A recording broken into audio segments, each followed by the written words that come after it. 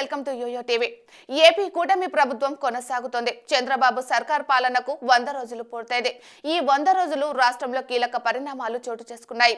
ఓటమి తర్వాత 1-2 సార్లు బయట కనిపించిన వైసీపీ ఫైర్ బ్రాండ్స్ ఆ తర్వాత కనుమరుగయ్యారు. కూటమి ప్రభుత్వ విమర్శలకు కేవలం అంబాటి, కాకాని వంటి వారు తప్పించి ఎవరు కౌంటర్లు కూడా ఇవ్వడం లేదు. వీరిలో కొంతమంది అవినీతి ఆరోపణలు, కేసులు ఎదుర్కొంటున్నారు.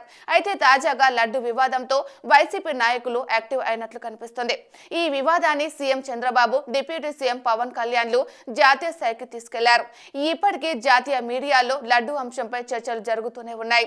దీనివల్ల వైసీపీ డ్యామేజ్ అవుతుందని భావించిన వైసీపీ ఫైర్ బ్రాండ్స్ తిరిగి పార్టీలో క్రియాశీలకంగా వ్యవహరించడానికి సిద్ధమవుతున్నట్లు కనబడుతుంది.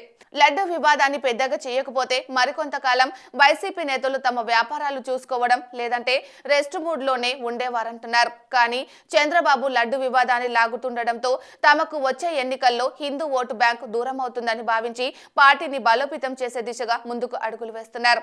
ఇన్నాళ్ళు నియోజకవర్గాలకు దూరంగా ఉన్న నేతలు ఒక్కసారి ఫ్రేమ్ లో కనబడుతుండడంతో వైసీపీ క్యాడర్ లోనూ ఉత్సాహం కనిపించింది. వైసీపీ నేతలు కొడాలి నాని, వల్లభనేని వంశీ, పేర్ని నాని వంటి వారు తిరిగి యాక్టివ్ కావడంతో ఇక మిగిలిన లీడర్లు కూడా వరుసగా పార్టీలో చురుగ్గా పాల్గొంటున్నారు. కొడాలి నాని గుడివాడలో ఓడిపోవడమే అతడి వర్గానికి షాకింగ్ అని చెప్పాలి. ఎందుకంటే ఏ పార్టీ నుంచి అయినా, ఏ గుర్తు మీద అయినా గెలిచి సత్తా చాటే కొడాలి నాని ఓటమిని క్యాడర్ కూడా జీర్ణించుకోలేకపోతున్నారు. అధికారంలో ఉన్నప్పుడు చంద్రబాబు మీద వ్యక్తిగత దూషణలు కూడా చేసింది ఆయనే. లోకేష్ ను కూడా అనేక సార్లు అనకూడని మాటలు అని టీడీపీకి ప్రధాన శత్రువుగా మారారు.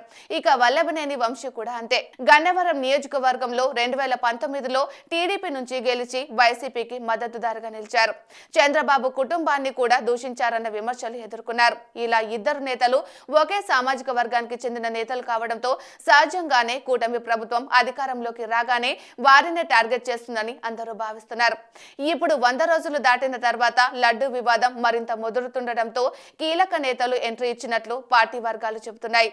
ఇంకా అనేక మంది వైసీపీ నేతలు రోడ్డు మీదకు వస్తున్నారంటూ వైసీపీ సోషల్ మీడియాలో పోస్టింగ్లు కనిపిస్తున్నాయి. ఈ నేతలంతా లడ్డు వివాదంతో పాటు బాబు సర్కార్ను ఎలా ఇరుకున పెడతారో చూడాలి మరి.